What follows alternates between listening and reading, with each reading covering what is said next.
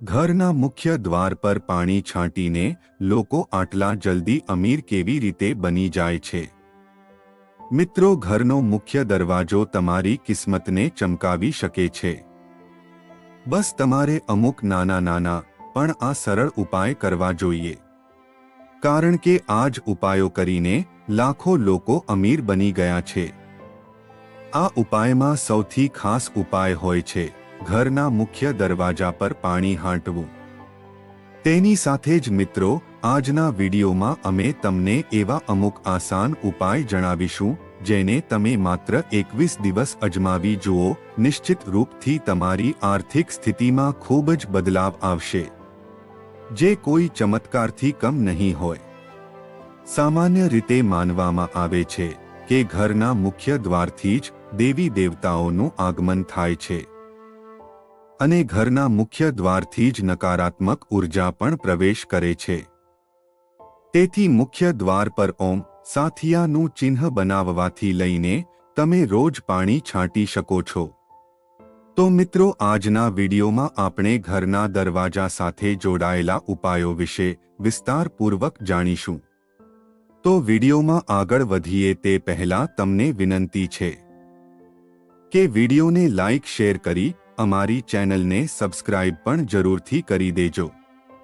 અને જો તમે પણ ઈચ્છો છો કે ભગવાન વિષ્ણુ અને માતા લક્ષ્મીના આશીર્વાદ સદાય તમારા પર બન્યા રહે, તો કોમેન્ટ બોક્સમાં સાચી શ્રદ્ધાથી જય માં લક્ષ્મી તથા જય શ્રી હરિ વિષ્ણુ જરૂર લખી દેજો.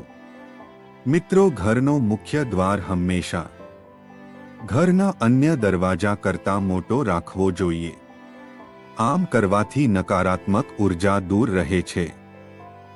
ઘરનો દરવાજો હંમેશા ઘડિયાળની દિશામાં ખુલે તો તે ઘરની સમૃદ્ધિ માટે શુભ માનવામાં આવે છે. જો ઘરનો દરવાજો ઊંચાઈ પર હોય અને દરવાજામાંથી પ્રવેશ કરવા માટે તમારે સીડીઓ બનાવવી પડે તો સીડીઓની સંખ્યા વિષમ હોવી જોઈએ.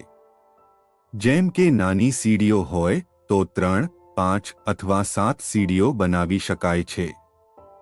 અને જો વધારે સીડીઓ બનાવવાની હોય તો તમારે 11, 15, 17 અથવા 23ની સંખ્યામાં બનાવી શકાય છે. સીડીઓની સંખ્યાની સાથે સાથે તેમની દિશા પણ ખૂબ જ મહત્વપૂર્ણ હોય છે. મિત્રો, વિડીયોમાં અંત સુધી બન્યા રહેજો, કારણ કે હવે અમે તમને એવા ગુપ્ત ઉપાય જણાવવા જઈ રહ્યા છીએ જેને જો તમે પૂરા વિશ્વાસ, પૂરા ભાવ અને શ્રદ્ધાની સાથે કરશો તો તમને 100% ફળ મળશે. નંબર 1. વાસ્તુ અનુસાર પ્રતિ દિવસ ઘરની મહિલાએ સવારે ઉઠીને ઘરમાં સાવરણી લગાવ્યા બાદ મુખ્ય દ્વાર પર પણ સાવરણી લગાવવી જોઈએ.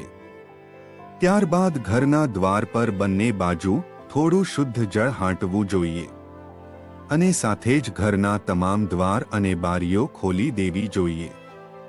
આમ કરવાથી ઘરમાં સકારાત્મક ઉર્જા પ્રવેશ કરે છે અને દરેક પ્રકારની નકારાત્મકતા દૂર થાય છે. જેવા ઘરોમાં હંમેશા અંધારું રહે છે તેવા ઘરમાં અનેક પ્રકારના વાસ્તુ દોષ ઉત્પન્ન થાય છે. નંબર 2. પાણીનો છંટકાવ કરવા માટે તમારે રોજ સવારે જલ્દી ઉઠી જવું જોઈએ. ત્યારબાદ સ્નાન વગેરે કાર્યો કરીને સ્વચ્છ થઈને ઘરના મુખ્ય દ્વાર પર પાણી હાંટવું જોઈએ. જો તમે તાંબાના લોટામાં શુદ્ધ જળ લઈને છંટકાવ કરો છો તો તમને અનેક ઘણો લાભ થઈ શકે છે અને માતા લક્ષ્મીની પણ કૃપા બની રહે છે અને ઘરના તમામ સદસ્યોનું સ્વાસ્થ્ય પણ સારું રહે છે.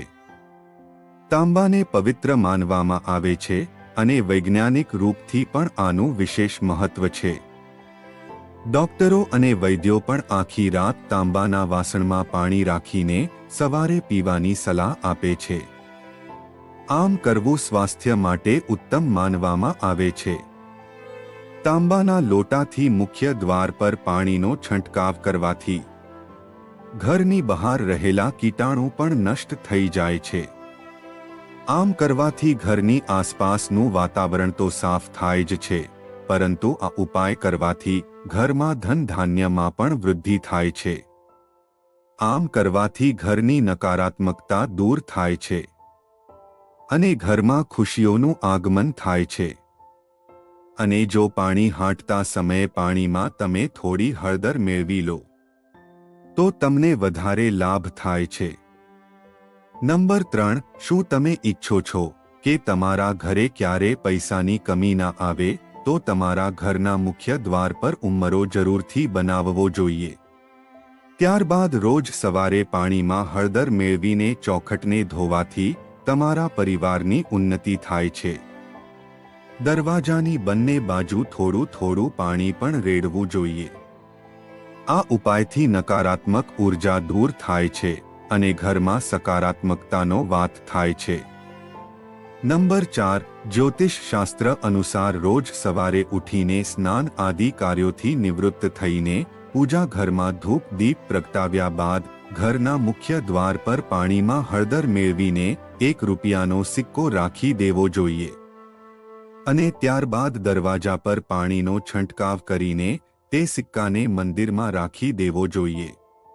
આ ઉપાયથી તમારા જીવનમાં ક્યારે પણ પૈસાની કમી આવતી નથી. જ્યોતિષ શાસ્ત્ર અનુસાર ઘરનો મુખ્ય દ્વાર ગ્રહોનું કેન્દ્ર સ્થાન હોય છે. તેથી માન્યતા છે કે હળદરવાળા પાણીથી મુખ્ય દ્વાર પર છંટકાવ કરવાથી ઘરમાં રહેલા વાસ્તુ અને ગ્રહદોષ દૂર થઈ જાય છે. જ્યોતિષ શાસ્ત્ર અનુસાર ઘરનો ઉંબરો રાહુ ગ્રહથી જોડાયેલો હોય છે. તેથી હળદરવાળા પાણીનો મુખ્ય દ્વાર પર છંટકાવ કરવાથી રાહુનો દુષ્પ્રભાવ ઘર પર પડતો નથી અને ઘરમાં ખુશીઓ આવે છે. માન્યતા છે કે ઘરના મુખ્ય દ્વાર પર સાથીઓ બનાવીને રોજ હળદરવાળા પાણીનો છંટકાવ કરવામાં આવે તો માતા લક્ષ્મી અને માં અન્નપૂર્ણા પ્રસન્ન થાય છે અને હંમેશા ઘરમાં તેમનો વાસ બન્યો રહે છે. નંબર 5, ઘરના મુખ્ય દરવાજા બહાર પાણીનો છંટકાવ કરતા સમયે અઠવાડિયામાં 1 દિવસ મીઠાવાળું પાણી પણ હાંટવું જોઈએ.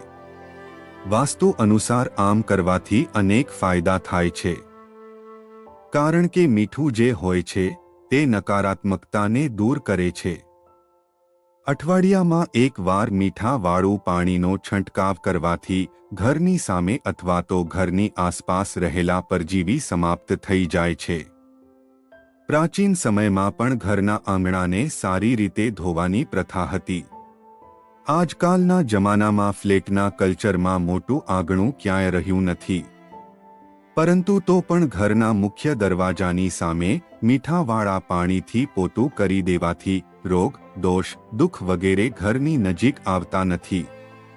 નંબર 6, મિત્રો, હવે અમે તમને ઘરના મુખ્ય દ્વાર સાથે સંબંધિત એક એવો ઉપાય જણાવવા જઈ રહ્યા છીએ જેને જો તમે નિયમ અનુસાર કરી લેશો તો માનીને ચાલજો કે પૈસા ગણતા ગણતા થાકી જશો. પાણીથી સંબંધિત આ એક ખૂબ જ કારગર અને ચમત્કારિક ઉપાય છે. મિત્રો, વાસ્તુ શાસ્ત્ર અનુસાર કળશનો સંબંધ સંપન્નતા અને ઐશ્વર્યથી છે, જે જીવનમાં તમામ પ્રકારના ભોગ અને વિલાસ પ્રદાન કરે છે અને શુક્ર અને ચંદ્રનું પણ પ્રતીક માનવામાં આવે છે. કળશની સ્થાપના મુખ્ય રૂપથી 2 જગ્યા પર કરવામાં આવે છે, મુખ્ય દ્વાર પર અને પૂજા સ્થાન પર. મુખ્ય દ્વાર પર રાખવામાં આવેલા કળશનું મુખ થોડું મોટું હોવું જોઈએ અને તેમાં પર્યાપ્ત પાણી ભરીને રાખવું જોઈએ અને થઈ શકે તો ગુલાબના ફૂલની થોડી પાંખડીઓ પણ આ પાણીમાં રાખવી જોઈએ. મુખ્ય દ્વાર પર જળથી ભરેલો કળશ રાખવાથી ઘરમાં સંપન્નતા આવે છે અને કોઈ પણ પ્રકારની નકારાત્મક ઉર્જા ઘરમાં પ્રવેશ કરતી નથી. નંબર 7, ઘરના મુખ્ય દરવાજા માટે એક ચમત્કારિક ઉપાય એ પણ છે અને તે છે ઘોડાની નાળ લગાવી, જેનો સીધો સંબંધ શનિદેવ સાથે છે. આ ઉપાય કરવા માટે શુક્રવારના દિવસે તમારે નાળ લાવવી જોઈએ અને સરસોના તેલમાં આખી રાત ડુબાડીને રાખવી જોઈએ અને શનિવારે સવારે તે નાળને તે તેલમાંથી બહાર કાઢીને ઘરના મુખ્ય દ્વાર પર લગાવી દેવી જોઈએ. આમ કરવાથી ઘરના તમામ લોકો પર શનિ યોગ્ય રહે છે અને ઘરમાં રહેલા સંકટ અને કલેશ દૂર થાય છે. ઘરના મુખ્ય દ્વારના બંને તરફ લાલ રંગનો સાથીઓ બનાવવાથી ઘરના વાસ્તુદોષ અને દિશા દોષ દૂર થાય છે. આ ઉપાયોની સાથે સાથે ઘરના પ્રવેશ દ્વાર પર માતા લક્ષ્મીના પગના ચિહ્ન પણ બનાવવા જોઈએ અને માતા લક્ષ્મીના એવા પગના ચિહ્ન લગાવવા જોઈએ કે જે તમારા ઘરની અંદર તરફ જઈ રહ્યા હોય. વાસ્તુ અનુસાર આમ કરવાથી ઘરમાં સમૃદ્ધિ આવે છે. મુખ્ય દ્વારની નીચે બહારની તરફ માતા લક્ષ્મીના લાલ અથવા પીળા રંગના પગના ચિહ્નો બનાવવાથી તમામ દેવી દેવતાઓની શુભ દ્રષ્ટિ આપણા ઘર પર બની રહે છે. આંબો અને આસોપાલવના પાનનું તોરણ બનાવીને ઘરના મુખ્ય પ્રવેશ દ્વાર પર બાંધવાથી નકારાત્મકતા દૂર થઈને સમૃદ્ધિ આવે છે. જ્યારે આ તોરણ સુકાઈ જાય તો તમારે બદલીને નવું તોરણ લગાવી દેવું જોઈએ. વાસ્તુશાસ્ત્ર અનુસાર ઘરના મુખ્ય દ્વાર પર સાથિયાનું ચિહ્ન બનાવવાથી સૌભાગ્ય અને સમૃદ્ધિમાં વૃદ્ધિ થાય છે.